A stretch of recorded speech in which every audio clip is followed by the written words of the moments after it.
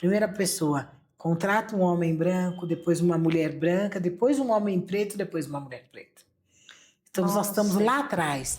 Olá, sejam muito bem-vindos a mais uma entrevista aqui no canal de podcast Pode Contar a Sua História, o canal onde pessoas comuns compartilham histórias extraordinárias. E hoje não vai ser diferente, nós temos uma grande convidada, uma amiga minha, é uma pessoa muito especial e vocês vão se encantar com a história que ela tem para contar da trajetória no meio acadêmico jurídico. Doutora Ellen Moraes é advogada há 25 anos, mãe da Flavinha, que está seguindo aí a trilha da mãe, vai ser uma grande empresária, empreendedora. Ela é fundadora da Habita Brasil, da HB Brasil. Ela vai contar um pouquinho da história, vai detalhar para a gente o que é essa empresa. Ela é a rainha da reurbanização. Ela ajuda as pessoas a terem uma moradia digna e ser donas das suas próprias casas, né? Empresária do setor imobiliário há 11 anos, pós-graduada em Direito Imobiliário e Urbanismo Social. Doutora Ellen, minha querida, seja muito bem-vinda ao canal. Vamos contar um pouquinho da sua história, né? Vamos mostrar aqui para as pessoas que estão nos assistindo hoje como que foi a sua trajetória aí na área de direito, como que foi essa escolha de coração que você fez, né? Então, a Ellen é filha da Dona Maria das Graças, seu José Roberto.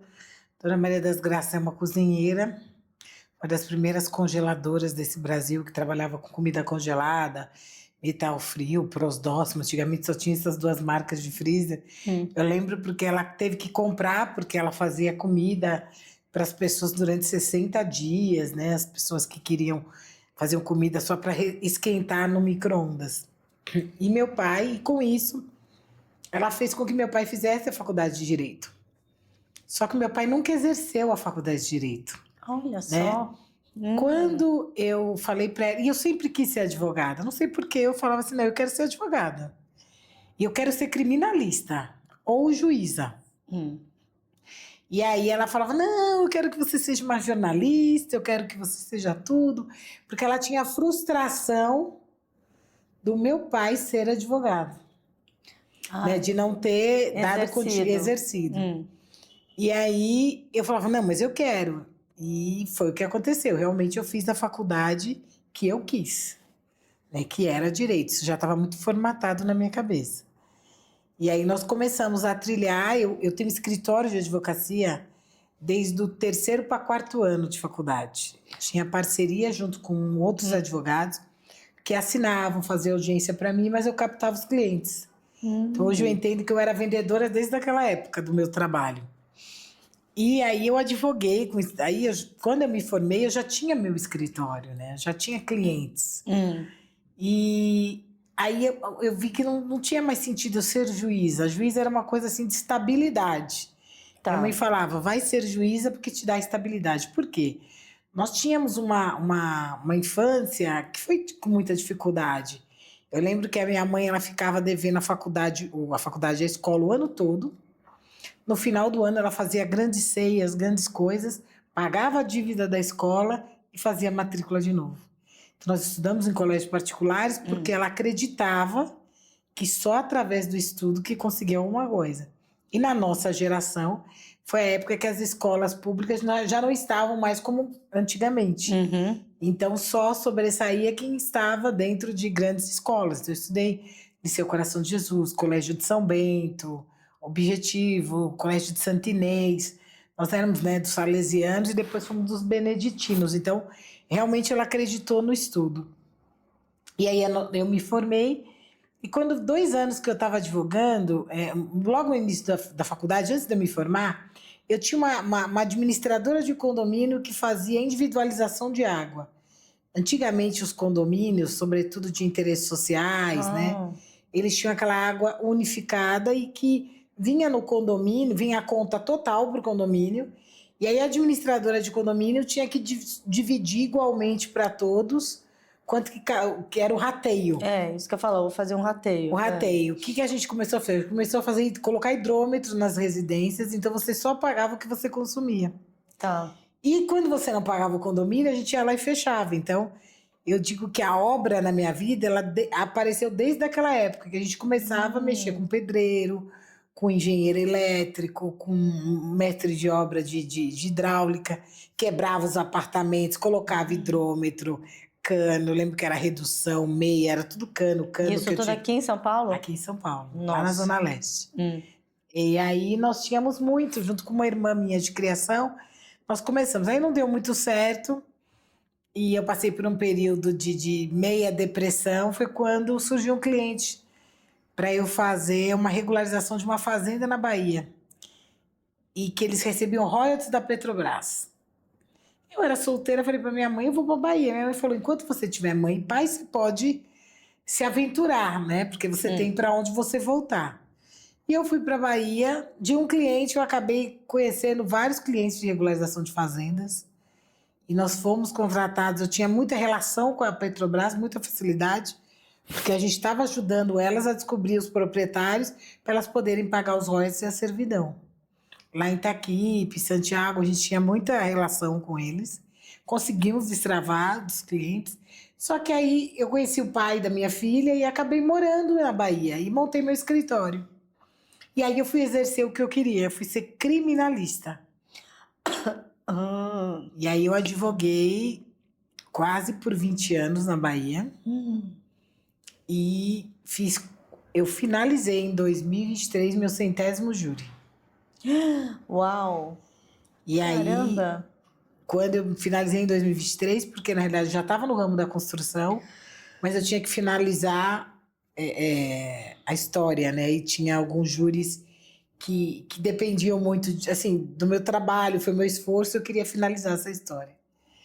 Então, o ramo do direito ele me ajudou muito. Na realidade, eu criei minha filha, comprei minha casa, busquei ter imóveis com o direito. Mas aí eu casei com uma pessoa que tinha uma dívida muito grande e nós saímos de Alagoinhas, eu e minha filha, uma promessa de trabalho em Salvador, que não aconteceu.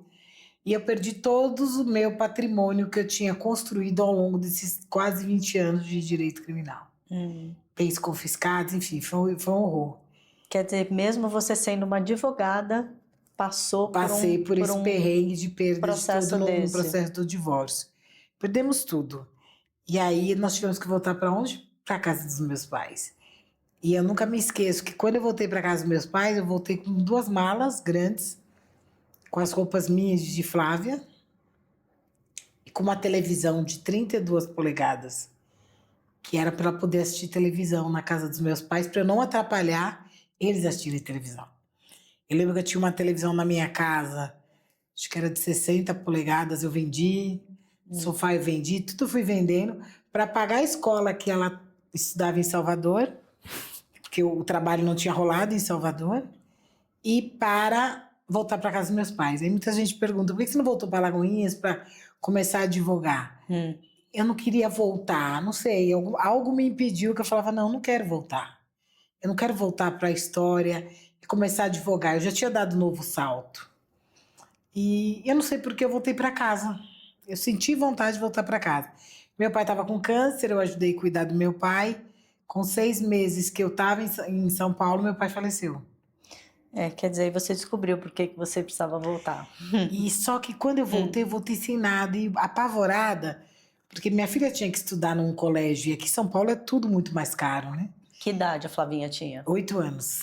Já era grandinha. E aí eu falava, meu Deus, como que eu vou colocar ela num colégio público?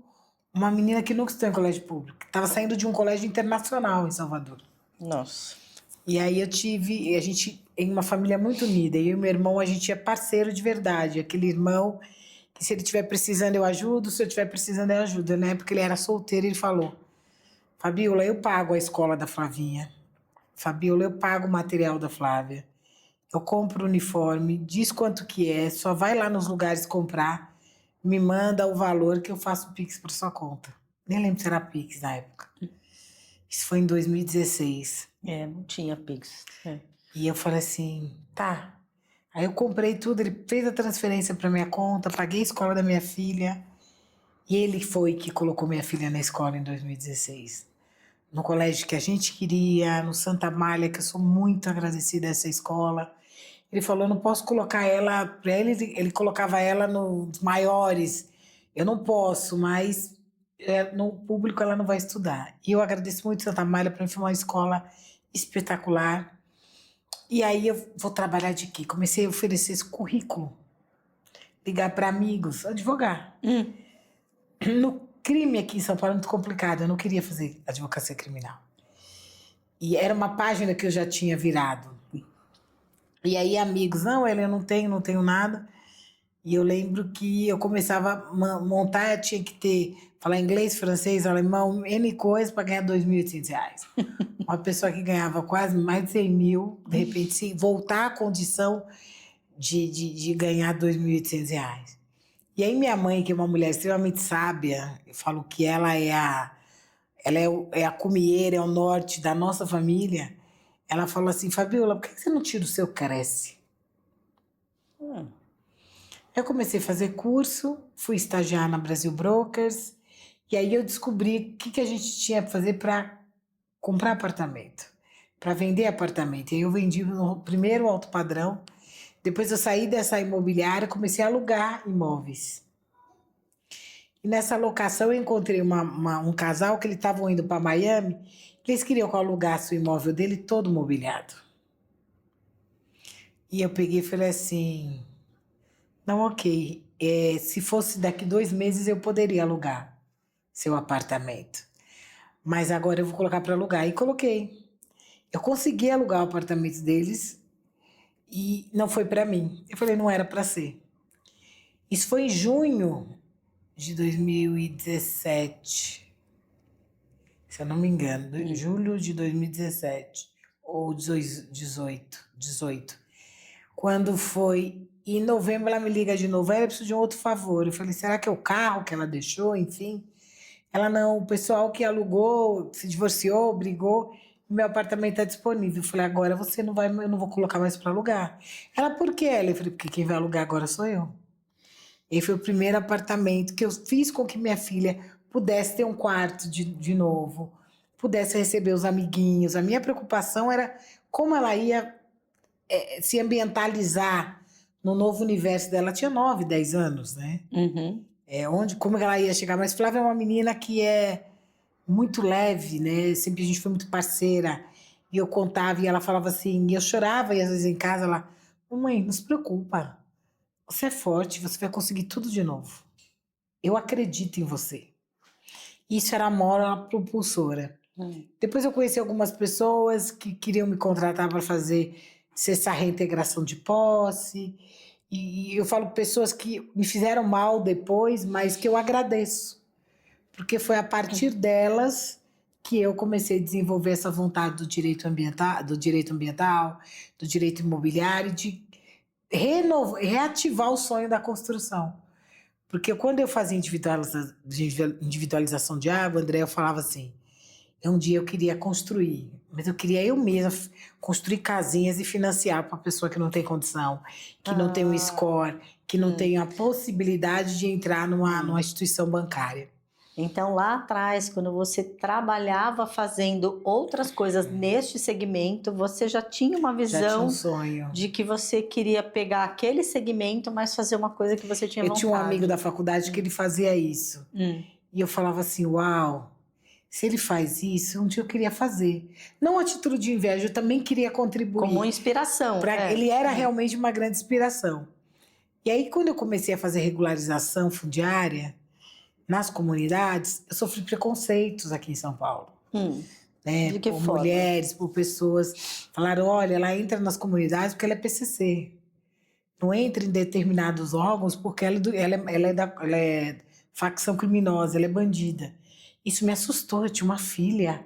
Como a minha reputação estava sendo jogada, sendo que eu não sou. Né? Existe preconceito porque você é criminalista, mulher preta, criminalista é bandida. E a pessoa que entra, né? Eu tinha facilidade, óbvio, você entrar em umas determinadas comunidades, existe lá os comandos e a gente entra, pede muita licença com responsabilidade, independente de saber quem ele é, mas eu sempre fui muito respeitada, sempre deixaram eu entrar nas comunidades. reurbanizar, ou tentar fazer regularização, ou a negociação entre o ocupante com o proprietário, porque eu era contra a reintegração de posse, eu era contra a ocupação. Eu falava assim, não, o proprietário ele tem o direito de propriedade, vocês têm o direito de morar, bora comprar? Bora fazer a negociação, que era que a lei de regularização dizia nos seus artigos, mas era tão embrionário a regularização ainda, que os órgãos não entendiam que essa conciliação poderia existir dentro da regularização fundiária.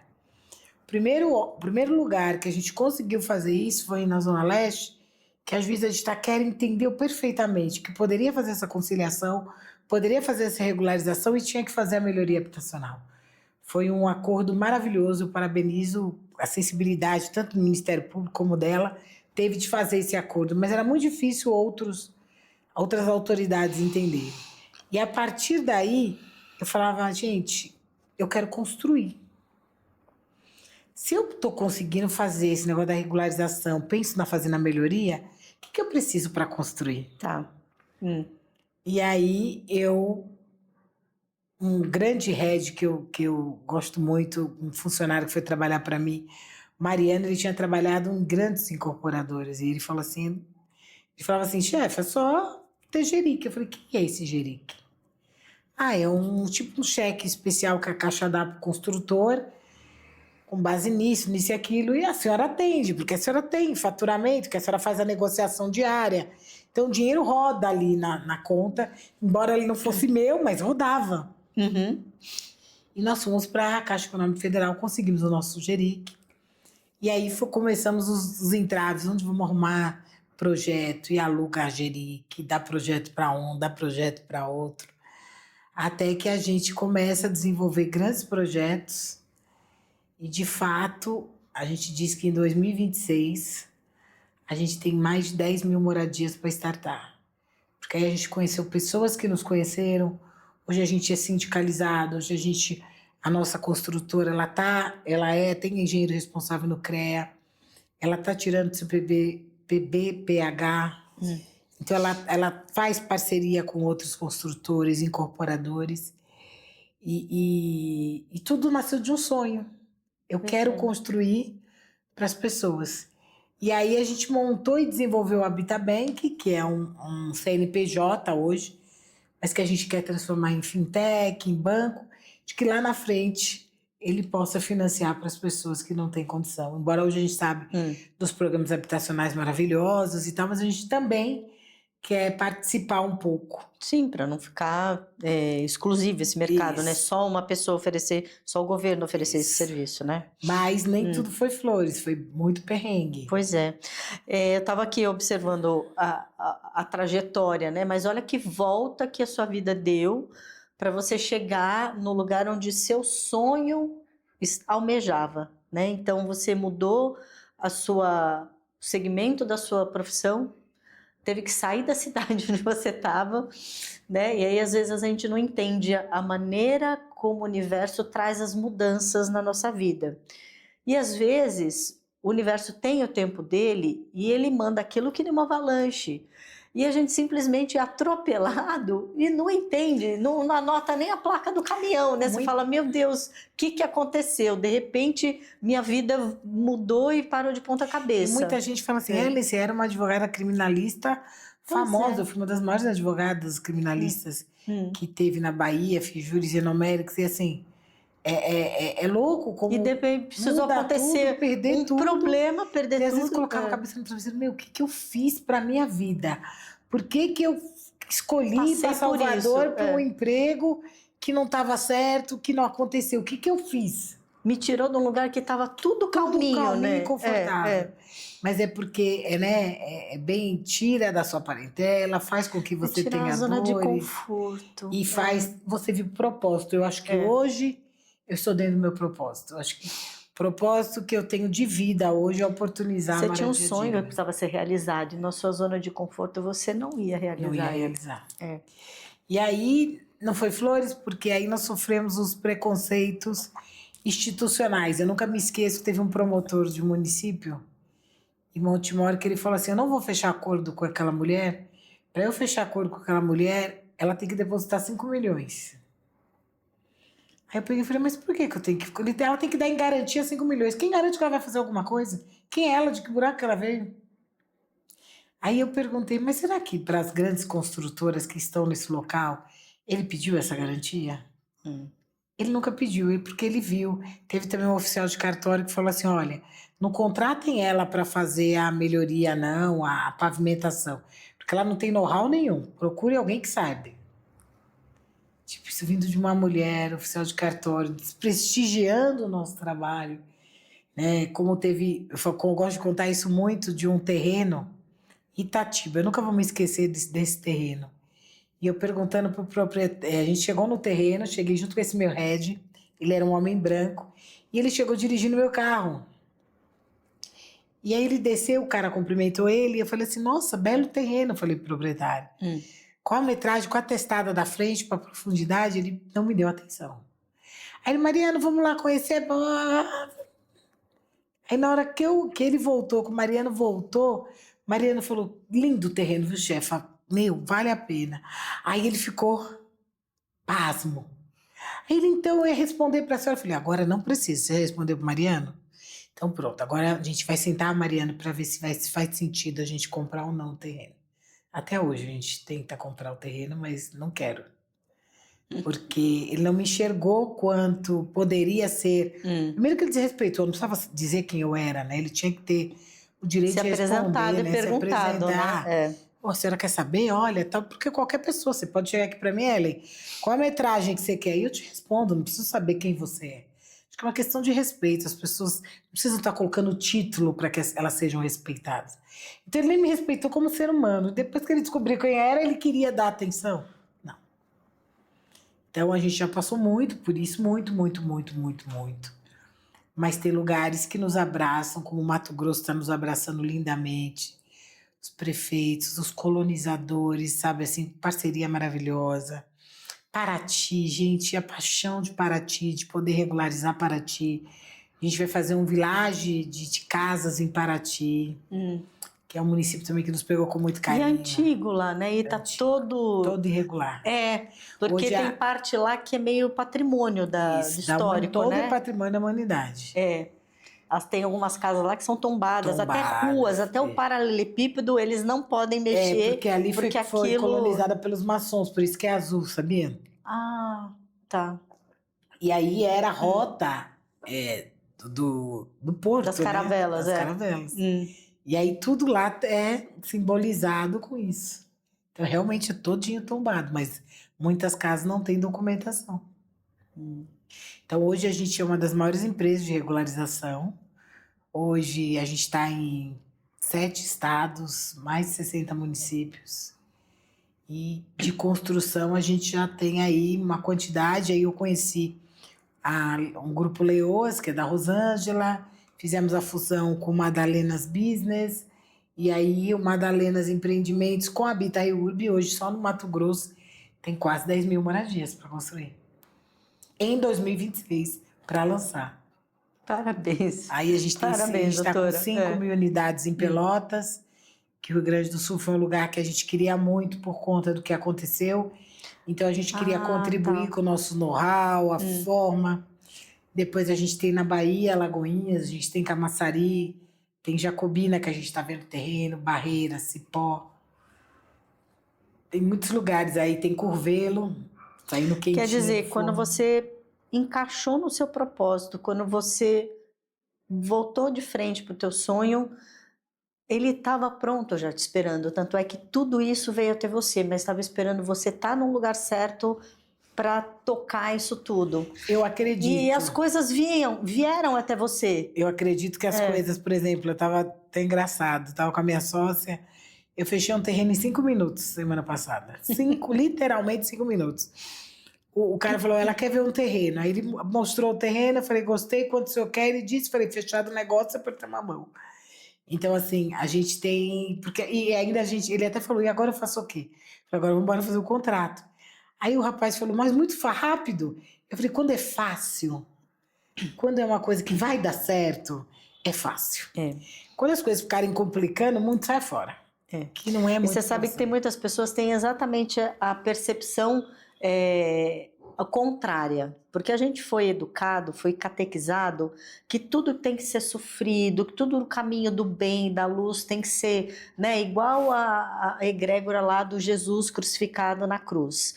E a gente carrega essa culpa e esse conceito errado de dificuldade. Então, se a pessoa fala, nossa, se tá difícil, se tá no caminho é porque tá certo.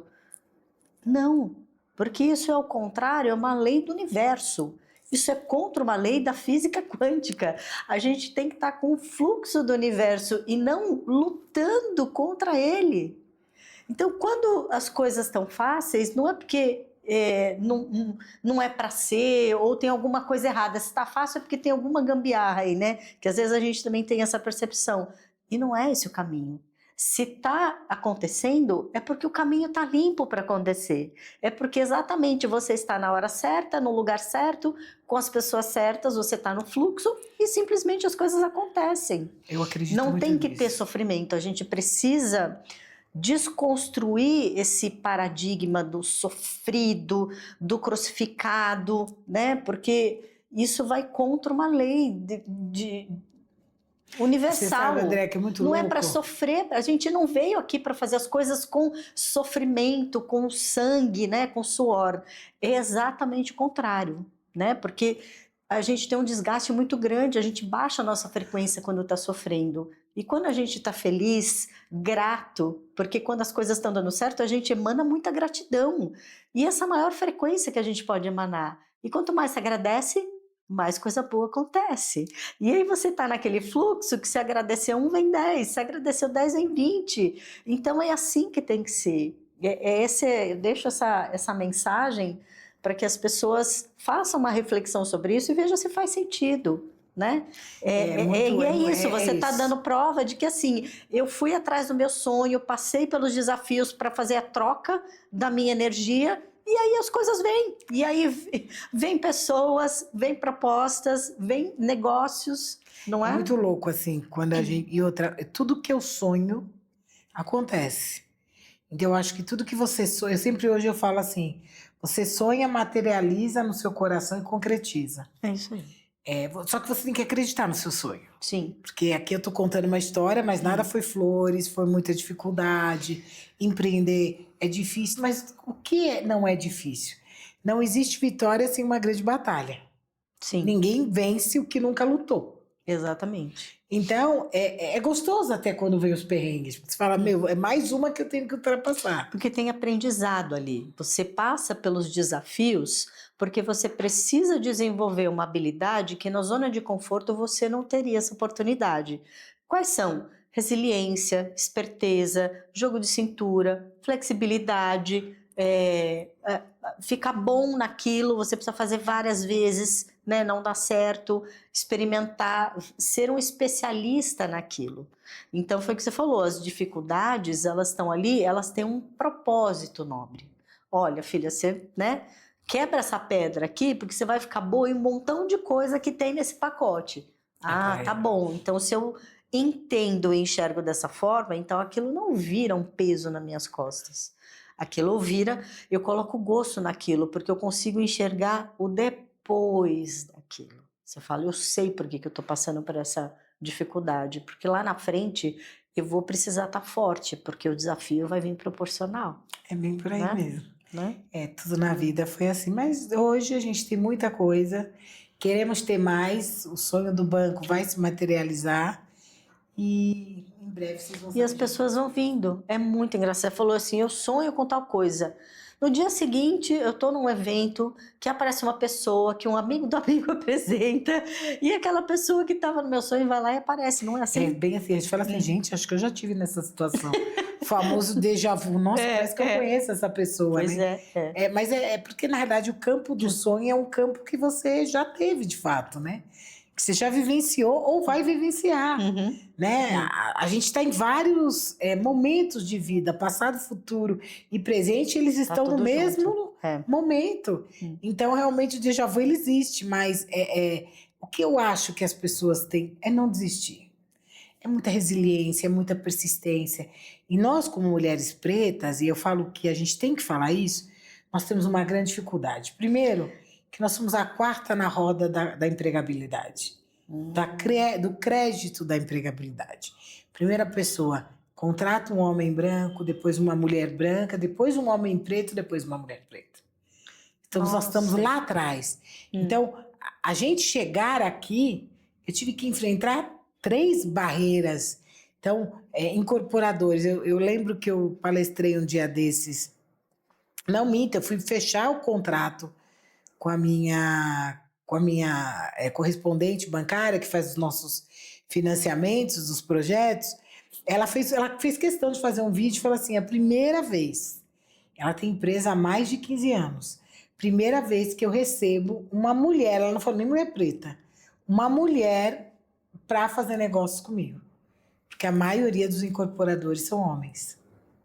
E geralmente, se for, o mercado financeiro é masculino. De direito também, né? E criminalistas, você vê, então... Na bancada hoje no STF, quantos juízes são homens e quantas mulheres tem lá? E nós estávamos tanto felizes que nós pensávamos que íamos ter uma mulher preta, não temos ainda. É o último verdade, que a gente nós tivemos teve. o Barbosa, né? Joaquim Barbosa. E só. Né? Então, aí o povo diz, no Brasil não tem racismo, tem institucional e estrutural. Porque não existe o olhar.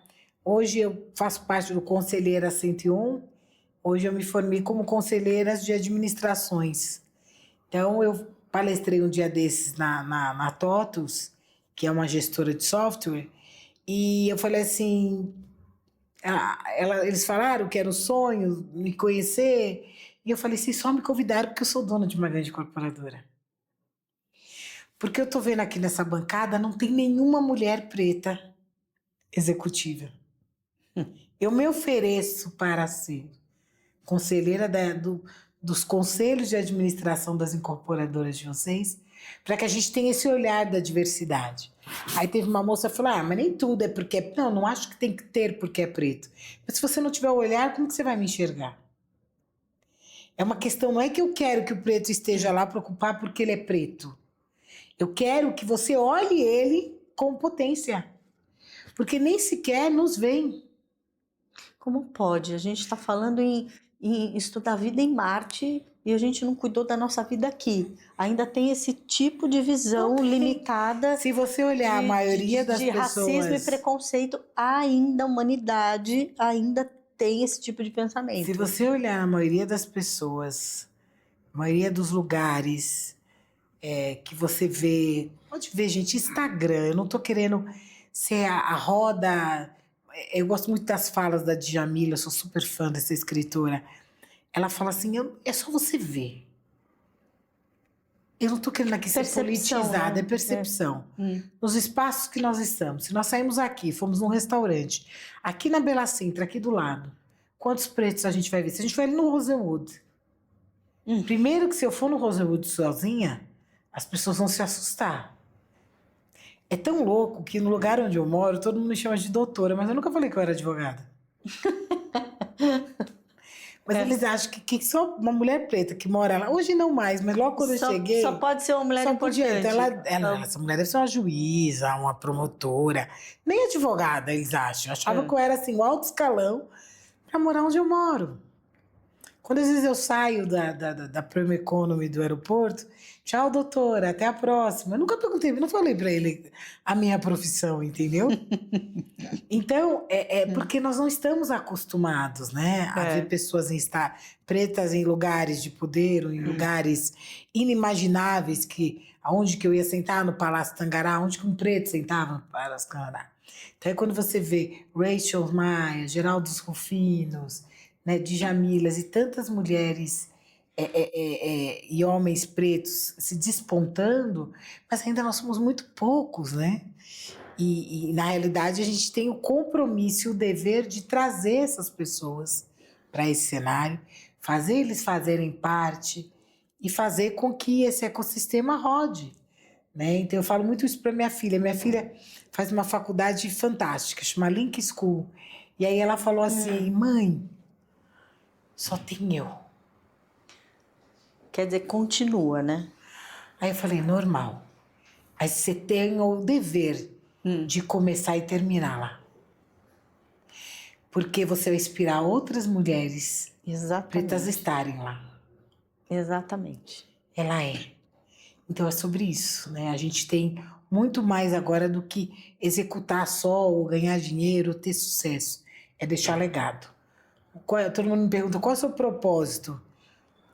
Há uns anos atrás, era ser uma das maiores construtoras, ter uma das maiores construtoras desse país. Hoje eu tenho um pouco mais além que isso, é deixar legado. Deixar legado de que você, mulher pobre, preta, veio de uma família que não tinha condições, você pode chegar lá. Esse legado que a gente quer deixar.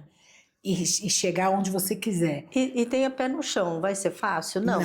Não, mas foi o que você falou, não desiste no primeiro obstáculo. Contorna, porque vai ter N caminhos, né? E depois vai ter outro degrau, e outro degrau. Mãe, tá difícil, vai ficar pior. Mãe, tá horrível, vai ficar pior. Por quê? Nós vamos estar tudo bem. Se eu tiver que provar 10 vezes que eu sou dona da incorporadora porque ele não acredita que eu sou, eu vou ter que provar.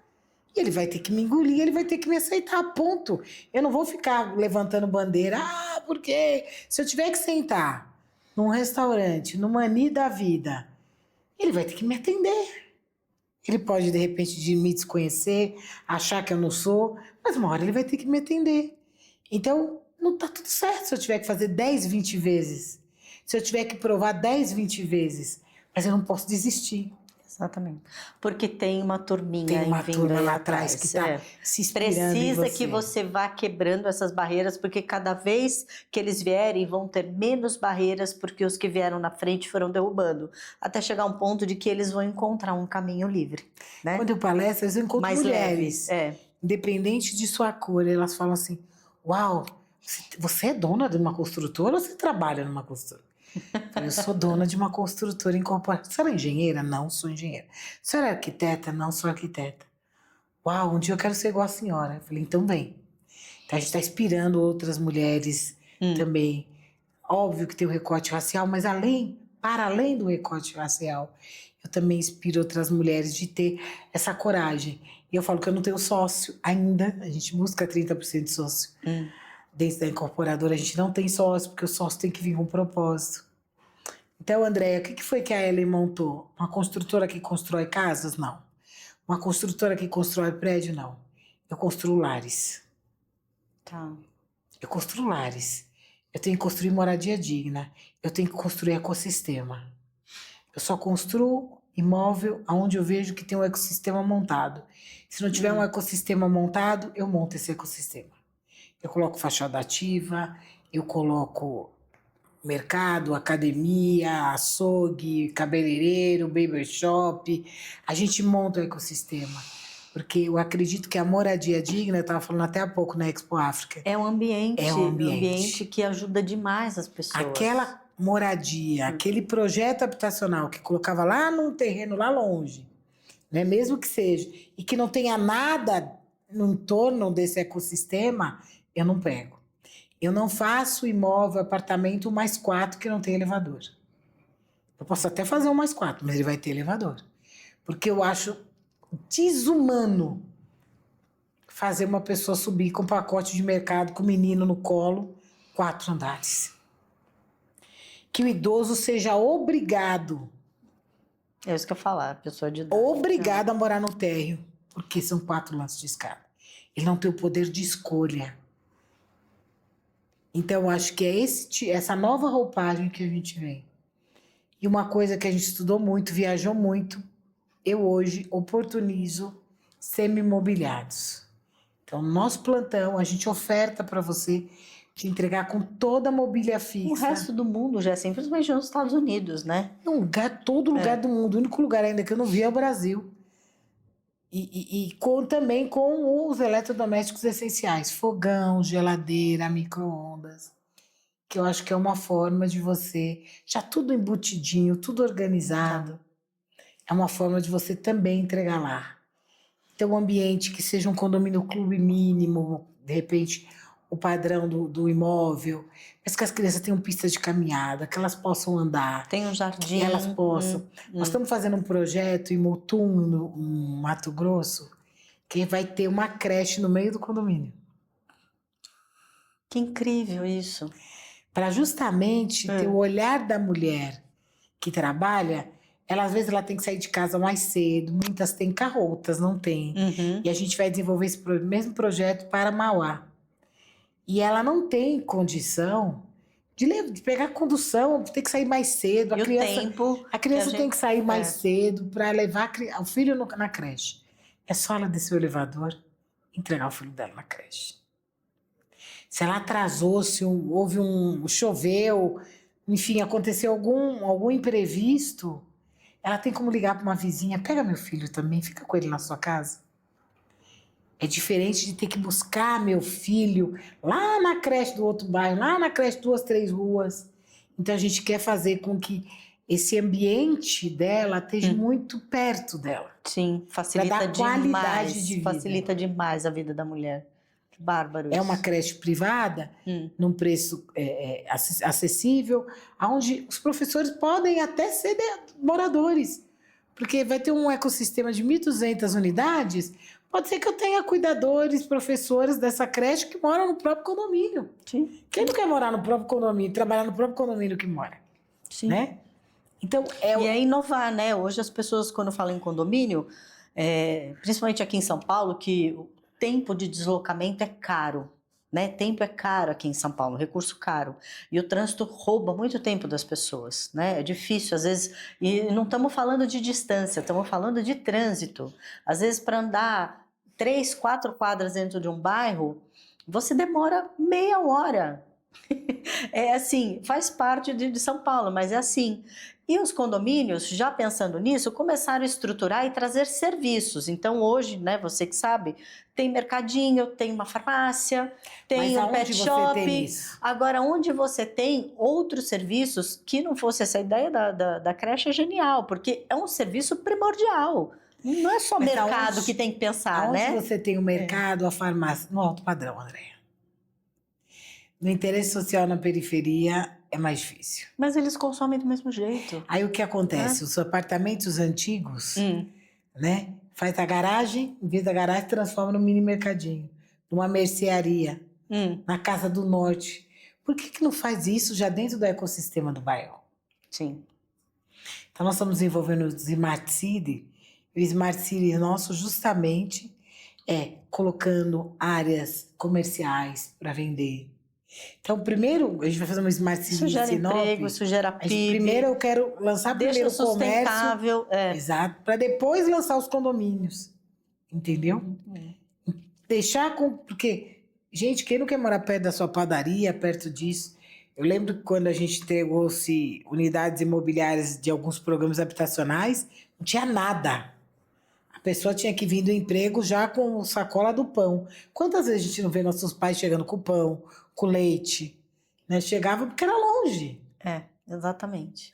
Aí o alto padrão, ou médio alto padrão, ele trouxe o ecossistema de ter próximo, né? Mas ainda a gente, no interesse social, ele sofre de não ter muito perto. Então, obviamente, vejo soluções, o mini mercado. Sim. Os mercados 24 horas dentro dos condomínios, as lavanderias. Outra coisa que a gente pensou, a área de serviço de um apartamento de 43 metros quadrados, 47 que a gente faz, é minúscula. É do tamanho de um tanque. E um tanque é pequeno. Então a gente está comprando a franquia das lavadoras para instalar em todos os nossos empreendimentos lavadoras. Que aí você paga 12, 13 reais, não sei quanto que é o quilo, e a pessoa não precisa mais ter a lavanderia dentro de casa. Ela vai deixar lá na hora que a criança está brincando na brinquedoteca, no playground, quando você está na academia, você está passeando pelo condomínio, ela está sentada num banco. Você está lá lavando sua roupa, compartilhando. Porque o que é viver em condomínio? Hoje a gente tem que entender um pouco as concepções das coisas, né? Primeiro, viver em condomínio é viver no coletivo. Comunidade. Em comunidade. que não é fácil. Compartilhar. Compartilhar. É. Primeiramente é coletivo, é compartilhar. Você compartilha a rua, a vaga, a piscina, a academia, enfim, você compartilha tudo, né?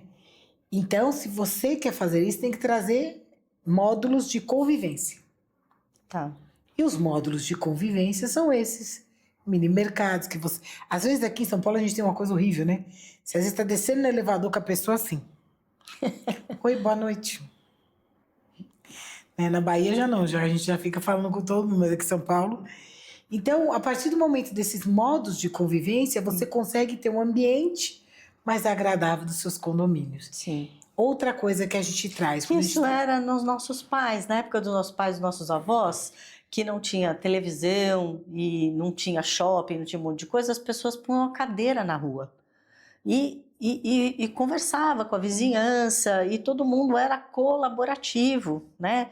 Tinha uma assistência, se alguém tivesse uma dor de barriga, tinha alguém predisposto ali a ajudar, socorrer, compartilhar, os fofoqueiros também para tomar conta, e era divertido, tinha a parte boa e a parte humanizada.